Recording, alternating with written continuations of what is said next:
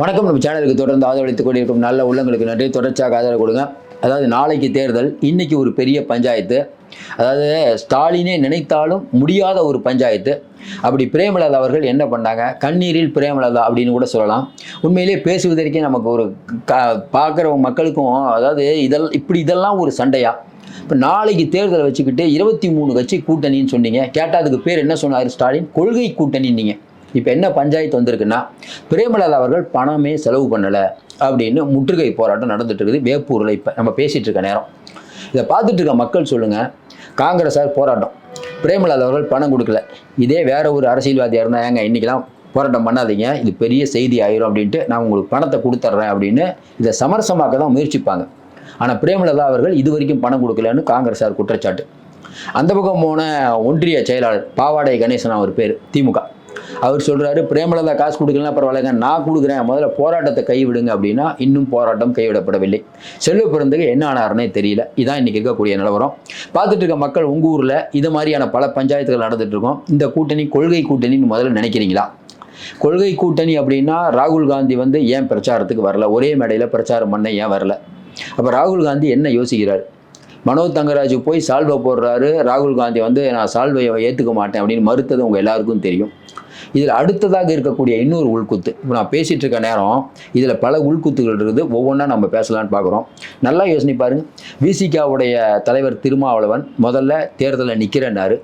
அதுக்கப்புறம் முன் வச்ச காலை பின் வைக்கிறது கூட ஒரு பெரிய ராஜதந்திரம் தான் பின்னாடி வந்தார். இன்னொரு பக்கம் பிரேமலதா அவர்கள் ஸ்டாலினை வச்சுக்கிட்டே போதைப் பொருள் கலாச்சாரம், பெண்களுக்கு பாதுகாப்பில் இந்த ரெண்டை தவிர ஸ்டாலின் அண்ணா ஆட்சியில் வேறு என்ன இருக்குது அப்படின்னு கேட்க ஆரம்பித்தாங்க. அதுக்கப்புறம் நான் அப்படிலாம் சொல்லன்னு ஒரு பல்ட்டி அடித்தாங்க. அதுக்கப்புறம் பார்த்தீங்கன்னா இது திருப்பரங்குன்றத்தில் தீபம் ஏற்றியே தீருங்கிறாங்க. பக்கத்தில் இருக்க வேட்பாளருக்கே பெரிய அதிர்ச்சி. என்னங்க நம்ம கொள்கைக்கு விரோதமாக இவங்க பேசுகிறாங்கன்னு பொன்முடி பையனை தொகுதிக்கு போயிட்டு இன்றைக்கி ஃபுல்லாக நான் திமுக காரங்களா ஆகிட்டேன் அப்படிங்கிற மாதிரி சொல்கிறாங்க.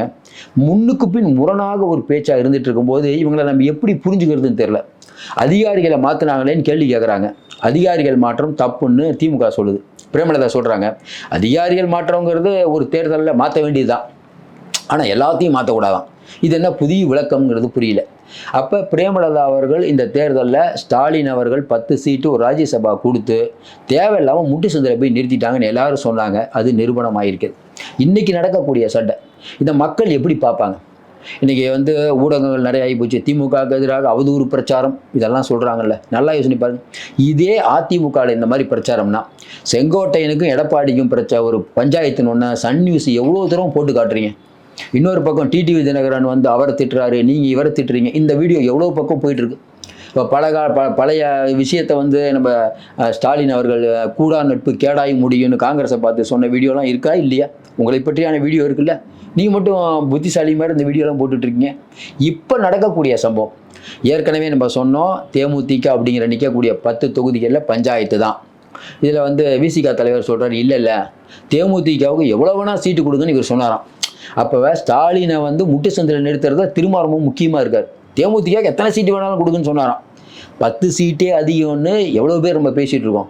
அப்போ எவ்வளோ சீட்டு கொடுங்க அப்படின்னா என்ன அர்த்தம்? அதை ஸ்டாலின் சீக்கிரம் முட்டு சந்துக்கு போகணுன்னு திருமா நினைக்கிறார். திருமாவோட எண்ணம் என்ன? நம்ம கட்சியில் நாளைக்கு நம்ம திமுகவோட கூட்டணி இல்லைன்னா நம்ம மட்டும்தான் இருப்போம், எல்லோரும் அங்கே தான் இருப்பாங்க. புரிஞ்சுக்கிட்டார். அதனால தான் யாரெல்லாம் திமுகவுடைய ஆளோ அவங்களெல்லாம் மெதுவாக கட்டம் கட்டக்கூடிய முயற்சியில் ஈடுபட்டது உங்களுக்கு தெரியும். இன்னொரு பக்கம் பார்த்தீங்கன்னா முதல்வரே பேசுகிறாராம், என்ன திருமா நீங்கள் போய் நிற்கிறீங்க? அப்புறம் திருமா அவர்கள் சொன்ன வார்த்தை என்ன? இந்த தேர்தல் அப்படிங்கிறது வித்தியாசமான தேர்தல், ஒரு பெரிய மாற்றம் நடக்க போகுதுன்னாரு. என்ன மாற்றம்? ஸ்டாலின் போய் வேறு யாரை வரப்போகிறாரா? அப்படி தான் சொன்னார் அவர். உடனே அது இல்லை, அதாவது தொடர்ந்து முரண்பாடுகளின் மொத்த உருவமாக இந்த கூட்டணி இருக்கு. கேட்டால் இதுக்கு பேர் கொள்கை கூட்டணி வச்சுருக்கங்க பேர். அதான் அண்ணாமலை சொல்கிற மாதிரியே கம்யூனிஸ்ட்டுகள் முதல்ல எப்படி இருந்தாங்க, இன்றைக்கி பணத்தை வாங்கினீங்களா இல்லையா? பணத்தை வாங்கினீங்களா இல்லையா? நீங்கள் 1000 சமாதானம் சொல்லிட்டு பணத்தை வாங்கினீங்களா இல்லையா? உங்களுக்குன்னு என்ன கொள்கை? சென்னையில் தனியார் மயமாக்கிறதுக்கு பஸ்ஸை விட்றாங்க, உங்கள் கொள்கை ஏதா? அதுக்கும் அமைதியாக இருக்கீங்க. சாம்சங் தொழிலாளர்கள் பிரச்சனையில் ஊரை 2 ஆக்கியிருக்க வேணாமா? அவர் தான் வேங்கை விலை பிரச்சனையில் அமைதியாக இருக்கார் திருமாவளவர்கள். அவர் எப்போவோ ஒரு மாதிரி ஆயிட்டார். என்ன பண்ணுறது? அப்போ நிலைய வித்வான்கள் நிறைய பேர் ஆயிட்டாங்க. அப்போ நிலைய வித்வான்கள் மேலே மக்களுக்கு கோபம் இல்லைன்னு நினைக்கிறீங்க. இப்போ இந்த சம்பவத்தை பொறுத்த வரைக்கும் நல்லா யோசனை பாருங்கள். இந்த சம்பவம் இப்போ வரலாமா? இது ஒரு பஞ்சாயத்தாக வேண்டிய சம்பவமா? அப்போ தேவையில்லாமல் பிரேமலதா அவர்களை எதுக்கு எம்பி சீட்டு கொடுக்காம அவங்கள அப்படியே அமைதியாக விட்டார எடப்பாடி, அவர் புச்சாலியா? அந்த அம்மாவுக்கு 10 சீட்டு கொடுத்து நீங்கள் புச்சாலியா? இப்போ பார்த்துட்டு இருக்க மக்கள் ஸ்டாலின் ஒரு சாதுரியமானவர் நம்ம சொல்லுவோம். இல்லைங்க, ஸ்டாலின் வந்து ஒரு குடும்பத் தலைவர், நல்லவர், ஆனால் வல்லவர்லாம் இல்லைங்க. அவருக்கு வெளி உலகம்னா என்னன்னே தெரியலிங்க. எல்லாரும் சேர்ந்து அவரை முட்டு சந்தில் கொண்டு வந்து விட்டாங்க.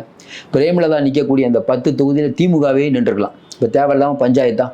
இப்போ காங்கிரஸ்காரங்க காசை வாங்க, இப்போ நேற்று வரைக்கும் அமைதியாக இருந்துட்டு இன்றைக்கி காசை இப்போ முற்றுகையிட்டோம்னா இப்போ விருதாச்சலத்தில் அந்த மாதிரி ஜெயிக்கணும். இப்போ காங்கிரஸ்காரங்க உங்கள் கூட்டணியில் தான் இருக்காங்க. காங்கிரஸ்காரங்க இந்த மாதிரி பிரச்சனை பண்ணால் பார்க்கக்கூடிய மக்கள் உங்களை பற்றி என்ன நினைப்பாங்க? அதை பற்றி கொஞ்சம் கூட கவலை இல்லாமல் இப்போ என்ன பேசுகிறாங்க தெரியுமா? பிரேமலதா அவர்கள் என்னென்ன, இப்போ பிரேமலதா அவர்கள் வந்து திமுக கூட்டணியில் 10 சீட்டு, ராஜ்யசபா 2க்காக மட்டும்தான் கூட்டணி வச்சாங்களா? பார்த்துட்டு இருக்க மக்கள் சொல்லுங்கள். திமுகவோடையும் பேசுகிறீங்க, அதிமுகவோடையும் பேசுகிறீங்க. வெளியே வரக்கூடிய தகவல் என்ன? 30, 400, 300 வருதா தகவல்? அப்போ அதெல்லாம் எங்கேயே போச்சுங்கிற கேள்வி வருமா வராதா?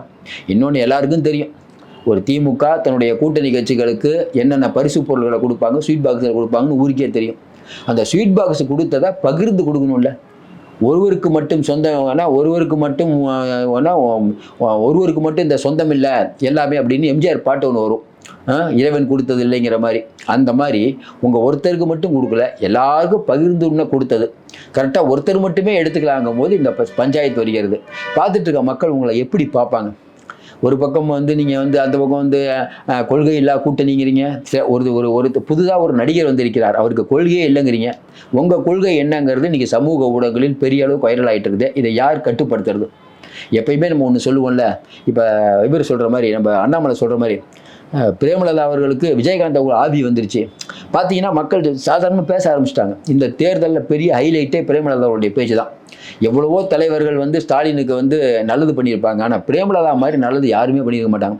அவங்களுடைய பிரச்சாரம் முழுக்க அது ஒரு தடவை பிரச்சாரம் பண்ணாங்கல்ல ஸ்டாலினோட, அதுக்கப்புறம் ஸ்டாலின் பிரச்சாரத்துக்கே கூப்பிட்றதில்ல. அதே மாதிரி நம்ம கமலஹாசன் ஒரே ஒரு எம்பி சீட்டுக்காக கொடுக்குற காசுக்கு மேலேங்கிற மாதிரி, ஐயோ என்னங்க ஒன்றும் புரியல. கல்வித்துறையில் அன்பில் மகேஷ் மாதிரி ஒரு ஆளே இல்லைங்கிறார். அந்த பக்கம் போய் கரூரில் சொல்கிறாரு, செந்தில் பாலாஜியுடைய சாதனைக்கு ஈடு இணையே இல்லைங்கிறார். என்னங்க ஒரு எம்பிக்காக இவ்வளவா? 400 கோடியில் உங்களுக்கு அவங்க இன்பன் உதயநிதி ஒரு படத்தில் நடிக்கிறங்கிறதுக்காக இப்படியா நீங்கள் பண்ணுவீங்க? இந்த கூட்டணி கட்சிகளுடைய பேச்செல்லாம் பார்த்தா ஒரு விஷயம் தெரியுது, முழுக்க நனைந்த பின் முக்காடு எதற்குங்கிற முடிவுக்கு அவங்க வந்துட்டாங்கன்னு தெரியுது. மக்கள் திமுக மேலே கோபம் இருக்குதோ இல்லையா, இவர்கள் மேலே அதிகமாக கோபம் இருக்கிறார்கள். இந்த பஞ்சாயத்துங்கிறது வெகுஜன மக்கள் மத்தியில் இப்போ பரபரப்பாக பேசப்பட்டு கொண்டு வருகிறது. இந்த பஞ்சாயத்தை பற்றி உங்களுடைய கருத்துக்களை சொல்லுங்கள். இதுதான் ஒரு கொள்கை கூட்டணி. மீண்டும் சந்திப்போம். நன்றி, வணக்கம்.